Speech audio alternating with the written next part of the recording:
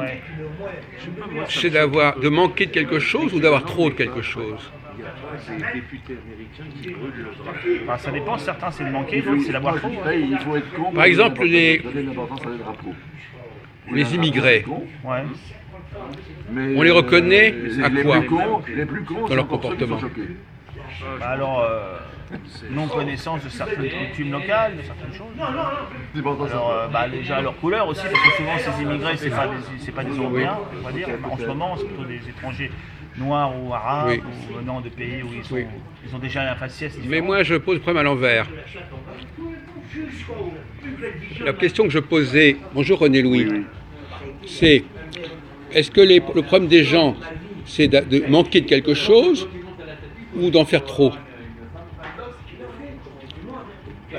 En général, j'en ai trop. Ah, alors à quoi vous pensez quand vous dites ça?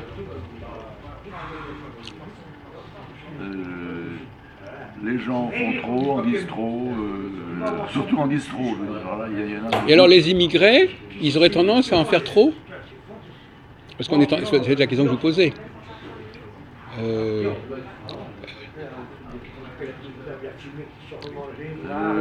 Oui, Bon. surtout ceux de la dernière génération, ils en rajoutent. Ils en rajoutent. Ils en rajoutent. Ils en rajoutent dans quel sens? Pour s'intégrer. Ah voilà, c'est ça. Alors, Ils en rajoutent pour s'intégrer ou aussi pour s'opposer. oui. Voilà. Donc ils ne savent pas où s'intégrer. Ils ne savent pas où s'intégrer, ils peuvent en rajouter pour s'intégrer, ils peuvent en rajouter pour s'opposer. Donc vous connaissez cette formule, Philippe, plus royaliste que le roi. Oui. Est-ce que ça vous parle, cette expression, Philippe Friedman? Les gens qui sont plus royalistes que le roi, qu'est-ce que ça veut dire? Commentez-moi cette formule. Ça devrait te parler, ça. Oui, Pour mais les royalistes. elle parle d'elle-même, cette formule. À qui ça s'adresse d'abord? Quand on dit ça, on parle de qui? Des émigrés. Non, attendez, Des émigrés. oui, non, mais justement, je voudrais savoir quel est son avis à lui, à Philippe. Est-ce que les immigrés... Est-ce qu'ils sont plus royalistes que le roi? Oui, par exemple. Est-ce Oui, que ça mais- s'adapte à leur cas? C'est pas une expression qui a été Oui, inventée mais pour pour eux. moi, il n'y a pas de généralité de trucs. Ça dépend lesquels. Tout est mouvant. Donc, je ne peux pas rentrer dans ce genre de... Oh, d'accord. Mais Eh oui, oui, vous n'êtes pas philosophe. Il est Hein. pas français, il est Bon. pas français, c'est tout. Bon, alors Il là, est pas français, il connaît pas l'histoire de France. oui. Qui c'est qui n'est pas français? Philippe. Ah non, il n'est pas français. Bon, attendez, on va revenir à la question de l'histoire de France plus Je tard. suis un compagnon de route. D'accord. Bon. Alors, vous avez eu le temps de réfléchir aux propos relativement pertinents de René Louis. Oui. Qu'est-ce que ça vous a... En quoi vous êtes Ils veulent d'accord en avec faire lui? trop, ils veulent en faire trop ou pas assez? Alors, dites-moi dans quel sens ils veulent en faire trop, par exemple. Puisque plus royaliste que le roi, ça veut dire qu'on veut en faire plus que le roi. Qui c'est le roi? Par exemple, porter une casquette bleu, blanc, rouge. Voilà, c'est ça, oui. Bon. Alors, comment ça se manifeste, quelqu'un qui veut en faire trop? Par exemple, on va prendre l'exemple de la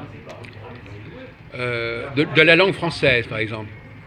Est-ce qu'ils ont un rapport particulier à la langue française? Certains noirs, là, ils aiment bien dire présentement. Oui.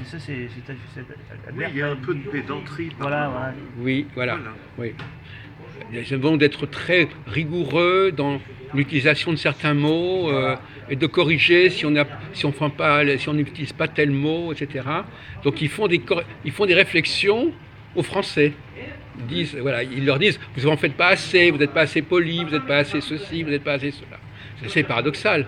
Ah non, mais ils vont plus loin, ils parlent français mieux que les Français. Oui, ça aussi. Ah oui, mais ça... Voilà. Quand Ce genre-là, ils sont pas quand trop ils se nombreux mettent à quand parler même, hein. C'est français plus mieux l'inverse que qui les existe. Français, c'est très marrant. Pour tout le monde. On va le laisser, il est inspiré. Quand ce ils se soir. mettent à parler français mieux que les Français, Oui. les Africains, disons. Surtout ceux d'Afrique noire, qui savent y faire. Ils sont en face. Hein. Oui, ils sont en face, ils sont plus marrants que jamais. Et c'est Ah les oui. Français marrants. Ah, Et d'accord. ils possèdent très bien. Oui. Oui. Oui, mais par moment avec pédanterie. Donc, Oui. techniquement, c'est très bon, Mhm. mais ça perd en charme. Et très Spontanéité. souvent, l'adverbe, le présentement qui revient, la redondance et tout, fait que même si techniquement il la joue, on est de la haute et on est cultivé, il véhicule non pas de la légèreté, mais sans qu'ils s'en rendent compte, beaucoup de l'oral. Ils sont pesants. Ils sont pesants. Oui.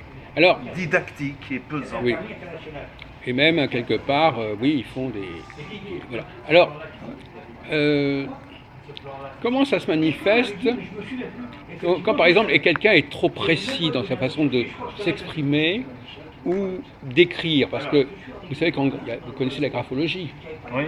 À votre avis, est-ce que quelqu'un qui s'applique beaucoup dans son écriture, qu'est-ce que ça veut dire? Ça veut dire qu'il est assez précis, assez... Non, mais pourquoi est-ce qu'on est précis? Pourquoi est-ce qu'on est précis? Parce qu'on a peur de... On a peur de ne pas être à la hauteur, de pas bien de Non, mal on a... présenter. Non, on a peur de On pas être... à la hauteur. Non, de pas être... Compris. Compris. Ah mais il faut arracher. Donc quelqu'un, par exemple, qui écrit de manière très appliquée, ça veut dire qu'en fin de compte, il prend les autres pour les cons. Il dit, si je ne suis pas très précis, ils ne comprendront pas ce que je dis. La personne qui est très rigoureuse dans sa façon de parler et d'écriture, ça veut dire qu'il ne fait pas confiance aux autres. Il dit, si je dis les choses à peu près, ils ne vont pas comprendre. Il peut y avoir 1000 choses en même temps. C'est-à-dire il peut y avoir le goût ce besoin d'être méticuleux, d'être exhaustif, de cerner la chose en soi en même temps. Pas par rapport aux autres, mais ça, c'est les juristes. Déjà même pour eux-mêmes. Non, un certain purisme. Ça, c'est les juristes, ils savent écrire. Mais il y a ce que vous dites. De manière très obsessionnelle, très ridiculeuse. Mais il y a toujours autre chose aussi, dans certains cas. Bon, alors, ça dépend de chacun. Oui, mon cher Mais ça, Philippe, les juristes. Ouais. Les gens dont tu parles, c'est les juristes. Qui sont très obsessionnels, très méticuleux dans ce qu'ils disent, Oui. et qui sont capables d'être très précis. Oui, non, mais je parlais pas. Mais c'est pas les médecins, parce que les médecins sont pas très... Ça pas Pas que les juristes. Mais parce que les médecins, ils savent qu'ils vont être lus par les pharmaciens. Et ils savent que les pharmaciens, ils sont assez intelligents pour comprendre ce qu'ils écrivent. Non, mais ça peut être des écrivains comme Marcel Proust, qui a ce goût du détail, le côté pointilliste au niveau psychologique. Proust, c'est pas un Il paraît que c'est pas lui qui écrivait. Il dictait. Ah bon? On ne connaît pas son écriture à Proust. Ah bon? Il dictait. Il avait un secrétaire. Moi, j'entendais qu'au 102 boulevard Haussmann, il demandait pas la boniche, mais celle qui était très fidèle, de descendre même à certaines heures pour lui trouver les crayons. Ah bon, d'accord. Bon, alors il y a un débat là-dessus. Mais bon, à un moment, il a dû écrire lui-même, mais ensuite, il a dû faire écrire par d'autres. Peut-être qu'il était fatigué, ou peut-être aveugle à la fin. On avait déjà abordé cette question par d'autres angles. Par exemple, pourquoi les immigrés ne posent pas de questions? Ils ne font pas de réflexion. Ils ne veulent pas paraître, ne pas savoir les choses. Voilà, c'est ça. En fin de compte, si par exemple moi je dis est-ce que vous êtes sûr de ça, ou est-ce que ça c'est correct, etc.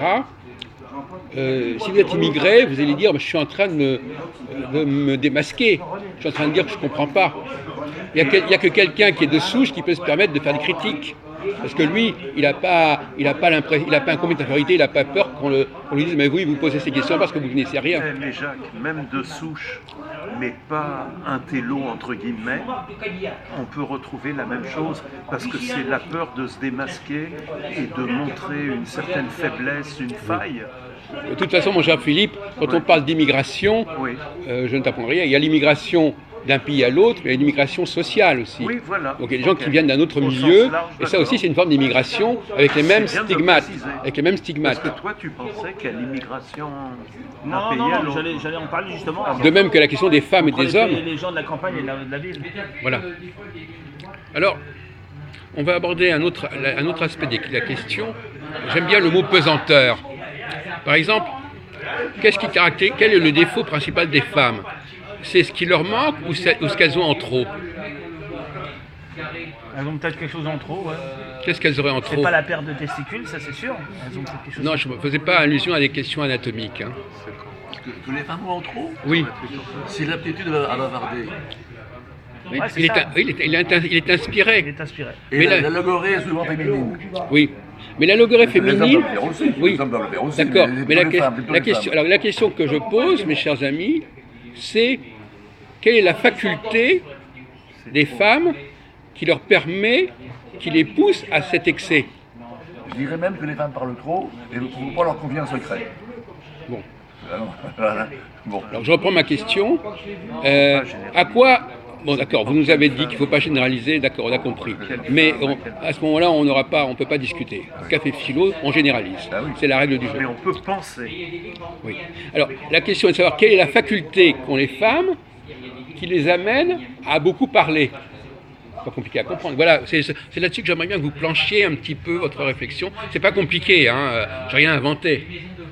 Parce que quand on a quelque chose en trop, c'est qu'on a quelque chose qui hyper fonctionne.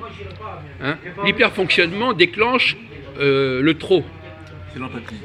Alors, vous, allez-y. Non, l'empathie, les femmes ont plus d'empathie. D'accord. Ça doit être ça, ouais, l'empathie. Non, c'est pas la bonne réponse. Ah bon. Eh ben, tu vas peut-être pas être d'accord, ça va être une mauvaise réponse aussi. Oui. On va jouer le jeu de la généralisation. Voilà. Peut-être qu'elles ont plus d'imaginaire. D'accord. Alors, donc, parce que, non, mais non, c'est pas non plus ça. Ouais. Mais quelle est... Une tendance à l'hystérie, un peu. Non plus, non. Est-ce que la tendance à la... D'accord. Non. Alors, alors, vous qui vous lisez, vous êtes philosophe. Oui, quels sont les mots-clés chez Bergson, par exemple? Quels sont les mots-clés qu'il utilise dans ses traités? Alors, il y a l'imagination, par exemple, mais qu'est-ce qu'il y a d'autre comme qualité? Ah oui, le côté créatif. Créatif, c'est le créatif. Non, c'est pas ça. Quel est l'élément? L'intuition. Non, voilà. Ça commence par un M. Ah. Elles ont le M trop développé. Mensuel. Non, le M trop développé qui fait que... Le maman, quoi. Non, le M, cherchez, c'est des traits, c'est des qualités, c'est des fonctions. C'est une fonction, le M. Réfléchissez à vos fonctions dans votre cerveau. Quelle est la fonction qui correspond au M? La mémoire. La mémoire. On peut dire ça. Non, mais attendez, la mémoire. Si je me souviens trop bien de ce que j'ai fait, etc., eh bien, ça va alimenter mon propos, mon discours, voyez-vous. Donc, elles ont trop de mémoire. Oui, elles ont trop de mémoire, c'est-à-dire surtout la mémoire immédiate, elles ont trop de mémoire, elles retiennent trop les choses, et ça encombre leur cerveau, en quelque sorte, voyez-vous.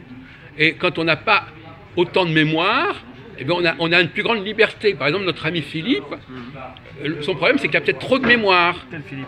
Lui. Ah bon? Il a trop de mémoire, c'est-à-dire qu'il a trop son souvenir. Pour un peu paraphraser Valentin, dans le cas de votre communauté, il faut en avoir de la mémoire, c'est plutôt bien vu. Mais mémoire la mémoire, alors, ressenti. Bon, alors. Mémoire, pas mémoire du discours que tel homme ou telle femme, tel voisin a tenu, mais c'est peut-être toute une foule d'émotions, de ressentis. Oui. C'est la mémoire intuitive, sensitive. Oui. Sensorielle. Bon. Tandis que la mémoire, les mots, tout ça, elles n'en ont pas plus a priori que les hommes. Alors, attendez, on va continuer dans cette direction.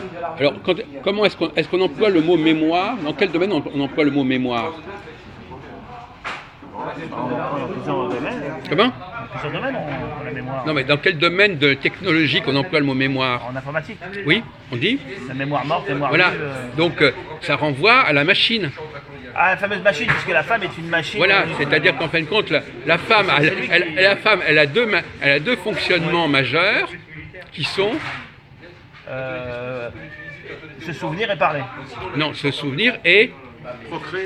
Procréer. Ah, voilà. C'est-à-dire qu'elles ont deux appareils qui les marquent fondamentalement. D'un côté, l'appareil de procréation, de l'autre côté, l'appareil mémoriel, de mémorisation, qui va également peser lourdement. En fait, elles ont été programmées, en fait, d'une certaine manière, peut-être. On l'a peut-être tous. C'est pas un problème. Non, mais les fameux extraterrestres. Ce qu'on est en train de... Je dirais qu'elles sont formatées. Non. Les femmes sont formatées à faire des enfants. C'est un formatage. Oui. Elles sont formatées. Et moi, je dis qu'elles sont également formatées à mémoriser. Je complète le truc pour qu'on ne soit pas complètement qu'on ne fonctionne pas uniquement sur la question sexuelle. Voyez-vous. Et l'homme n'est pas... Alors, on va y revenir. Alors, à votre avis... Non. Il l'est aussi, mais différemment. Oui. D'abord, il n'est pas formé. Oui, alors, il n'est pas... Alors, Non, on va... mais ça vient, il était pas, mais ça vient. L'homme, lui, il est libre. Non, il est formaté, pareil. On est prisonnier. Il est certain que sur ces deux domaines, la femme est prisonnière de fonctions où l'homme est beaucoup plus libre, c'est évident. Il n'est pas prisonnier de passer du temps à accoucher, hein, déjà, et il n'est pas non plus prisonnier d'une mémoire immédiate trop lourde qui l'empêche d'avoir un discours plus élaboré, plus décanté, et donc c'est un discours égotique. Hein, moi j'ai vécu ça, moi j'ai fait ceci, etc. Et là, il y a presque une mémoire mécanique, c'est-à-dire que voilà, c'est que vous mettriez une machine en train de filmer et elle vous repasserait ce qu'elle a filmé, ou un magnétophone, donc elle est dans la répétition. Et qu'est-ce que c'est qu'un appareil? Un magnétophone, c'est quelqu'un qui a une mémoire, hein, il mémorise, il enregistre. Elle enregistre, alors on pourrait presque nous parler de mots. Elle a un processus d'enregistrement très puissant qui fait que ça l'empêche elle n'est pas assez vide, elle est tout le temps pleine de cette logorée, de cette mémoire, de ce truc qu'elle a raconté et qu'elle a répété. Et ça la pénalise. Mais qui est faite de ressentis, d'émotions, de sensibilité. Alors nous allons terminer notre discussion. Pas une machine, ça. Écoutez, on pourrait discuter de savoir à quel moment une machine, moi je ne sais pas, mais le fait de répéter, la mémorisation, c'est une forme de sensibilité. De toute façon, on dit d'ailleurs qu'on parle d'un appareil qui est très sensible. Hein, bon, La machine, en fait, on l'a définie à une... Elle a la sensibilité, la machine aussi, elle a une sensible. La machine, elle a une sensibilité. On dit cet appareil-là, il a une très grande sensibilité. Voilà. Alors je voudrais terminer sur ce premier débat à propos du péché originel. On peut faire le lien. Je voudrais dire que toutes les névroses sont traumatiques. Et c'est Freud qui nous a baratiné en faisant croire qu'il y avait des névroses originelles. Il n'y a pas de névrose originelle, toutes les névroses sont traumatiques. Et donc tout le baratin sur l'enfance chez Freud. Bon, j'ai terminé là. Bon. Je ne sais pas très bien quel est le rapport avec ce qu'on a dit, j'ai du mal. Le péché originel, c'est la même chose, c'est du baratin. Attendez, on est en train de lancer cette... Freud, c'est du baratin qui n'est pas freudien. Non, mais attendez. Le baratin freudien, c'est un baratin du même tonneau que le péché originel. Attendez, on est en train de poser le problème. C'est du baratin. Mais d'accord, j'ai quand C'est même pas un problème, c'est du baratin. j'ai le droit de poser le problème, mon pote. Oh non, mais ça va, Non, mais on n'a même pas commencé à discuter de ce problème-là. Lui, il a décidé de tout faire. Vous comprenez comme un magnétophone, là. Bon, alors je pose la question de savoir en quoi consiste le péché originel. Qu'est-ce que c'est? Ou la tentation originelle, parce que je préfère parler de tentation. Le péché originel, c'est le fait de ne pas obéir à Dieu et de transgresser sa loi. Oui. Mais on pourrait dire l'inverse. On pourrait dire que le péché originel, c'est de se laisser, de laisser tenter par un certain type de fonctionnement. Vous savez par exemple que le sexe est considéré comme un élément du péché originel. Vous êtes au courant de ça? Enfin, disons que c'est des conséquences ensuite. Non, mais c'est connu. Tout a été mis sous son dessous et le sexe, ensuite, il est désordonné comme tout le reste. Mais comme le sexe a une grande importance pour l'ordre des choses, ça pose un grand problème. Bon, posez le problème autrement. Attendez, non, vous restez une seconde. Je reviens dans 5 minutes. Pourquoi? Qu'est-ce qu'il vous fait? Je dois écouter un truc à la radio. Ah bon, d'accord. Bon, écoutez, tant pis. Hein. Je voulais vous parler du Shabbat, justement. Alors, le Shabbat, on en a parlé. Le Shabbat, ça nous protège, le Shabbat, normalement, contre le péché originel. Je ne sais pas, parce que dans le judaïsme, il n'y a pas de notion de péché originel, apparemment, il ne me semble pas, je ne sais pas. Dans le christianisme? Non, dans le judaïsme. Oui, d'accord. À moins que le rabbin Drac le traite dans son ouvrage. Attendez, je ne suis pas sûr. Voilà. Peut-être que l'ancienne synagogue, avant que les pharisiens ne mettent leur nez dedans, avait le péché originel aussi. Alors écoutez, on va être un peu calme là-dessus. Hein. On est un peu calme. D'abord, premièrement, les commandements, c'est quand même fait quelque part pour nous protéger de quelque chose, hein, de toute façon. Ouais. Donc déjà, ne racontez pas n'importe quoi. Hein. Bon. Le Shabbat, c'est s'abstenir de faire certaines choses, oui ou non? Ouais. Bon. Donc s'abstenir, s'abstenir, ça veut dire aussi résister à certaines tentations. Voyez-vous, donc vous êtes mal parti là, hein, parce que donc vous parlez sans réfléchir. Non, je dis, voilà, il y a sûrement... Non, mais dire que les lois, par définition, tout ce qui est loi renvoie à un mal quelque part à éviter. Ouais. Donc alors ne dites pas que les Juifs ne connaissent pas le mal ou je sais pas quoi. La notion de péché originel n'est pas explicite comme dans le christianisme, c'est ça? Bon, je l'ai employé comme ça, mais en fin de compte, je renvoie tout simplement au fait que il y a comme le serpent. Au revoir, Jean-Marc. Bon. Alors, essayez de vous concentrer un petit peu, Jean-Marc. Hein. Peu importe comment vous appelez. Soyons pas trop précis. On a dit tout à l'heure que les gens qui veulent être trop précis, c'est des étrangers. Parce que quand on n'est pas précis, on se dit de toute façon les gens comprendront, ils connaissent le contexte, ils rétabliront, ils corrigeront d'eux-mêmes. Voyez-vous ? C'est pour ça qu'on peut se permettre de ne pas être tout à fait précis, parce qu'on pense que les autres sont capables de comprendre de quoi on fait. Quelqu'un qui est avec des gens qui ne comprennent rien, il se dit la moindre erreur que je vais commettre, ça va être une catastrophe parce qu'ils ne sauront pas rétablir. Quand vous savez que les autres sont capables de corriger vos erreurs, ben, vous n'avez pas peur de commettre des erreurs, vous êtes d'accord ? Hein ? Donc c'est déjà un sentiment d'être dans un milieu hostile qui fait que vous allez faire très attention à ce que vous dites et à la moindre erreur, ça risque d'être une catastrophe. Donc c'est pour ça qu'on peut dire que quelque part l'immigré est paranoïaque quelque part. Bon, passons.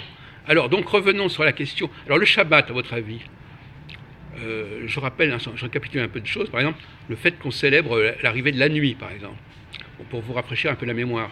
Le Shabbat, il nous protège contre quoi? Ou il nous met en garde contre quoi? Ou il nous interdit quoi? Vous qui êtes juif, enfin non, vous n'êtes pas juif, enfin, vous savez ce qu'on demande aux juifs de ne pas faire. De ne pas faire.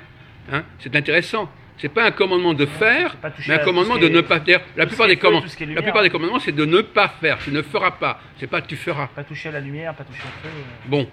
Alors qu'est-ce que ça nous renvoie à quoi, ça? À la nuit, Non, mais ça nous renvoie à quel genre de danger, de péril? Ça commence par un T. Par un T. Qu'est-ce qui est banni du Shabbat? Qu'est-ce qui est banni? La connerie. Ça commence par un T, la connerie? Oui. Ah bon? Je croyais que ça commençait par un C. Oui. Alors d'abord, premièrement, quel est le texte? Alors, il y a le T dans deux sens. Vous connaissez alors, comment est formulé le commandement sur le Shabbat? Tu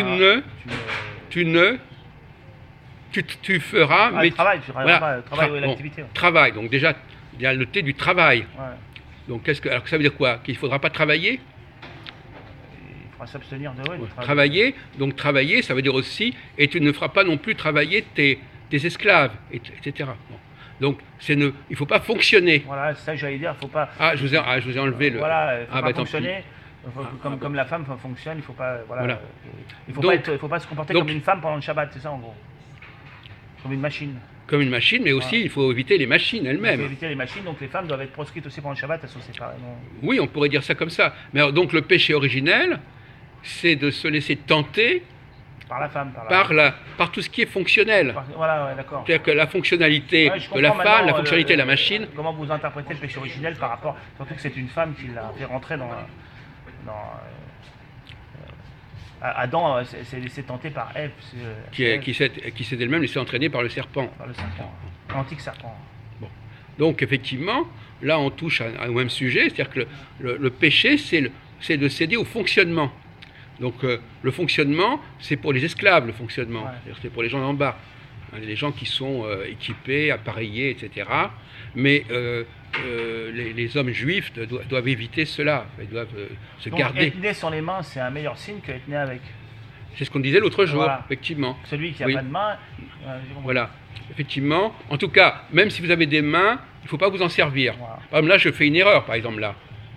Il faudrait que vous trouviez quelqu'un pour vous en servir. Voilà. Par exemple, je fais une erreur. Je fais une erreur psychologique, là, voyez-vous. Je tiens l'appareil, alors que je devrais le faire tenir par quelqu'un d'autre. Parce qu'il y a des petits cons qui disent « Ah, mais vous ne savez faire qu'une chose, c'est de filmer. Ouais. » Hein? Alors là, c'est intéressant. Hein? Je voudrais parler des gitans, chez les tziganes. Il y a les gens qui ne savent rien faire de leurs 10 doigts. C'est grave. Quand même, j'ai des métallurgistes, enfin bon, c'est grave que des gens ne savent rien faire de leurs 10 doigts. et ben ils sont honorés. Ils sont Voilà. dits Zats, 2 fois nés, Oui. donc ils ont Ouais. ils sont honorés, ils ont un grand respect. On dit Mais- aussi qu'on a un poil dans la main parfois. Oui. Non, c'est pas ça. Les Zats, le poil de la main, D'accord. c'est. D'accord, c'est bien, c'est bien. J'ai les gagé. C'est un bon élément, c'est un bon Le élément. poil de la main, c'est chez les gagés. D'accord. Mais pas chez les gitans. Ouais. Donc, ils doivent, attention, ils doivent se marier en dehors de la communauté. Attention. Et c'est une catégorie particulière de gitans. C'est une minorité. Mais non, c'est pas une minorité, c'est des individus. Oui, mais une minorité. Une minorité. Oui, c'est une toute petite minorité. Non, je ne dis pas qu'ils sont ensemble, mais c'est une minorité de gens. Oui, et c'est une minorité, mais globalement, ils font pas communauté. Oui, évidemment. d'accord, non, mais je ne pas sur les mots. Encore une fois, évitons d'être trop C'est une lourds. toute petite minorité. D'accord, oh là là. C'est une toute petite minorité, Oui. hommes et femmes. Mais toute minorité est petite de toute façon par définition. Hommes et femmes Oui. chez les tziganes. Oui. Voilà. Alors donc, voilà, qu'est-ce que ça vous fait penser? Effectivement, que normalement, au sens strict humain, le manuel, celui qui se sert de ses mains, c'est un esclave en fin de compte. Le maître ne doit pas se servir de ses mains, ne doit pas toucher d'objets, Ouais, ne doit la pas. noblesse déroger aussi quand même. Oui, il ne faut pas. Par exemple, là, je fais l'erreur de tenir cette. On avait les mains de ses disciples. Je fais l'erreur de tenir cet appareil. Normalement, je devrais automatiquement le faire tenir par quelqu'un d'autre. En faisant ça, je déroge. Et ça crée des ambiguïtés et des malentendus. On reconnaît le Seigneur au fait qu'il lave les pieds de ses disciples. Oui. Donc, Celui qui s'abaisse sera élevé. donc finalement, le Shabbat est la clé du péché originel, puisque finalement le Shabbat est là pour nous protéger contre le péché originel, qui consiste justement à faire fonctionner les appareils, à faire fonctionner la femme, etc. Et effectivement, voyez-vous, il faut relier les choses, il y a une cohérence. Le Shabbat est la clé pour comprendre le péché originel. Mais le péché originel il n'est pas uniquement sexuel, le sexe n'est jamais qu'une expression des fonctionnalités. Et la femme, elle a des fonctionnalités, double fonctionnalité interne, parce que la mémoire et l'utérus, ce n'est pas des machines extérieures, ce sont des machines intérieures. Mais il y a aussi le problème des machines extérieures, bien évidemment. Et là aussi, les femmes, bon, alors, voilà, c'est-à-dire les femmes, elles sont également elles profitent beaucoup du développement. Au revoir Gilberto. Elles profitent aussi beaucoup Tu veux que je t'offre un pantalon, Gilbert? des machines. Alors l'homme crée des machines. Gilbert, viens ici. Voilà, donc on va arrêter sur ce sujet.